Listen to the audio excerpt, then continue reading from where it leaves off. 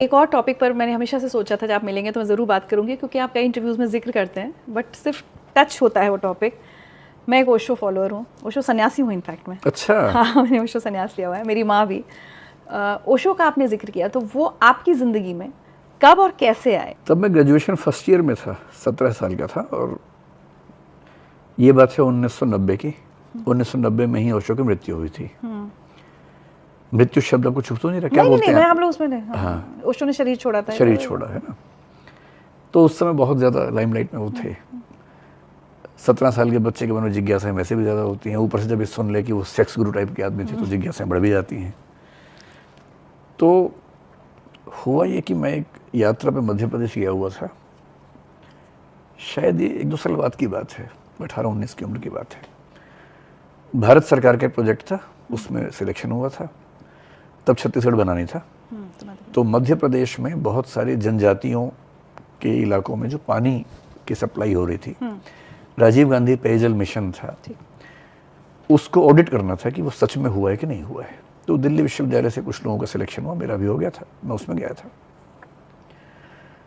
तो वहाँ मैं 1 महीना रहा मध्य प्रदेश में, जो आजकल छत्तीसगढ़ है। तो इन सब में क्या था कि हमें गेस्ट हाउस मिलता था और हम पूरा दिन जंगलों में, आदिवासी इलाकों में जाके उन आदिवासियों से बात करते थे, मिलते थे, समझते थे कि जो वायदा था पानी को लेके हुआ कि नहीं पूरा। अब शाम को 7-8 बजे फ्री होते थे, सुबह 8-9 बजे निकलना है, तो पहली बार ऐसा हुआ कि टाइम बहुत मिला। तो संयोग से मैं जब आया दिल्ली से तो ओशो की 1-2 किताबें मेरे पास थी लाइब्रेरी में, मैंने रख ली थी साथ में। तो उस पूरे 1 महीने में मैंने ओशो को ठीक से पढ़ा। और मेरी पढ़ने में रुचि बहुत ज़्यादा रहती नहीं थी, मैंने आपको बताया भी, मेरा उस समय शौक इलेक्शन लड़ने का ज़्यादा था। और मुझे पहली बार जो किताबें पढ़ के लगा कि पढ़ना एक खूबसूरत चीज़ है, वो ओशो की ही किताबों से लगा। क्योंकि उनकी बातें बहुत रीजनिंग वाली होती हैं, रैशनल होती हैं। तो जिसको बोलते हैं बह जाना, तो मैं बह गया था उनके साथ। मुझे लगा कि इससे परे तो अंतिम सत्य हो ही नहीं सकता। 17 की उम्र में अंतिम सत्य बहुत जल्दी मिलता है, लेकिन बाद में फिर ये भी होता है कि आपको लगता है कि नहीं, कुछ और भी, कुछ और भी, कुछ और भी। तो ओशो को मैं अक्सर ये कहता हूँ कि मुझे एक नॉन सीरियस, नॉन एकेडमिक व्यक्ति से एकेडमिक क्यूरियोसिटी वाला व्यक्ति बनाने में जो टर्निंग पॉइंट है वो ओशो है। उसके बाद फिर मैंने सवाल पूछने शुरू कर दिए ओशो को पढ़ने के बाद, हर चीज़ पे पूछे। तब मैं जहाँ रहता था वो एक आरएसएस के ग्रुप का एक हॉस्टल था, फिर मुझे वहाँ भी सवाल दिमाग में आने लगे। मेरे कॉलेज में कई दोस्त लेफ्टिस्ट थे, उनसे भी सवाल पूछने लगा। तो धीरे धीरे मैंने पाया कि कोई विचारधारा ऐसी है नहीं जहाँ टिका जा सके। सबसे अच्छी बातें लेते रहो, किसी से जंजीर बांधने की ज़रूरत नहीं है। पर हाँ, उसके बाद मैंने फ़िलासफ़ी में लगभग सारे थिंकर्स को पढ़ा, भारत में, पश्चिम में भी। सोशियोलॉजी को पढ़ा, लिटरेचर पढ़ा। तो जैसे जैसे आप बहुत लोगों को पढ़ते हैं, समझते हैं, तो आपका चीज़ें और समृद्ध होती हैं, दिमाग खुलता जाता है। तो अब मैं ये तो नहीं कहूँगा कि मैं ओशो का फॉलोअर हूँ या सिर्फ ओशो ने मुझे बनाया है, लेकिन पहला स्थान उन्हीं का रहा है और अभी भी ठीक ठाक है।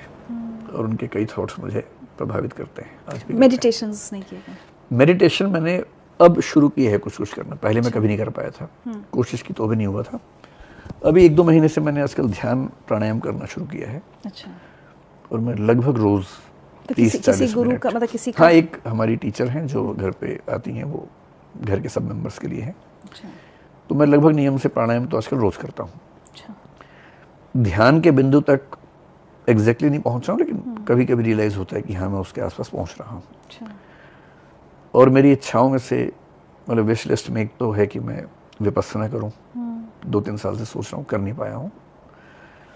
ओशो का जो ध्यान है वो बहुत ही रोचक है। मैंने एक बार, डायनामिक ज़्यादा है, डायनामिक है ना।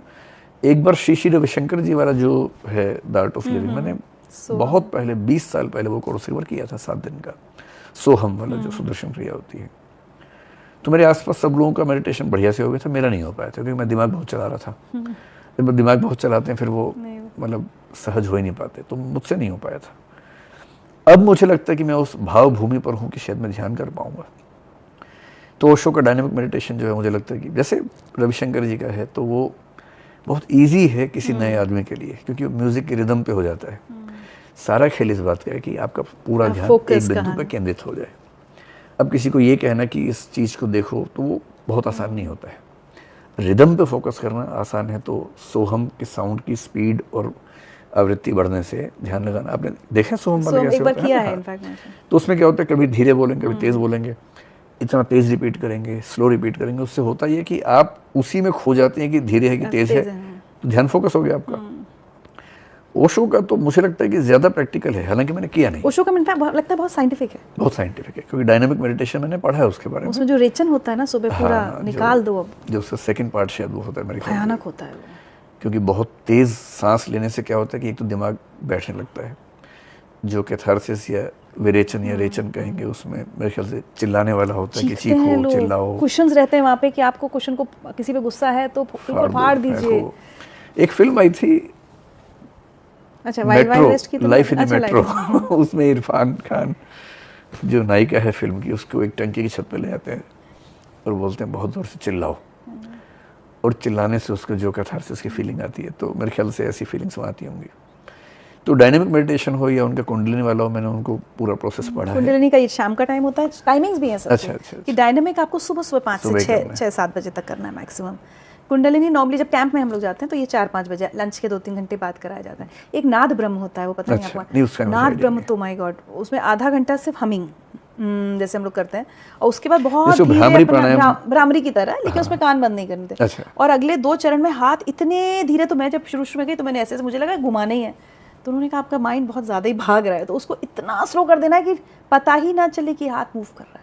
मतलब हाउ स्टेबल, कितना आप स्टिल हो सकते हो, उसकी एक प्रैक्टिस है। पर जो आपने विपश्यना का जिक्र किया ना, वो एक मुझे बात बहुत अच्छी लगती थी कि ओशो कहते थे विपश्यना उस समय शुरू हो चुका होगा, बोले विपश्यना तो सबको शांत कर दिया, अब अंदर तो भरा हुआ है गुस्सा, नफरत किसी के प्रति या दुख, वो बिल्कुल जैसे सोडा बॉटल पे आपने कॉर्क लगा दिया तो वो बुलबुले तो अंदर रह गए।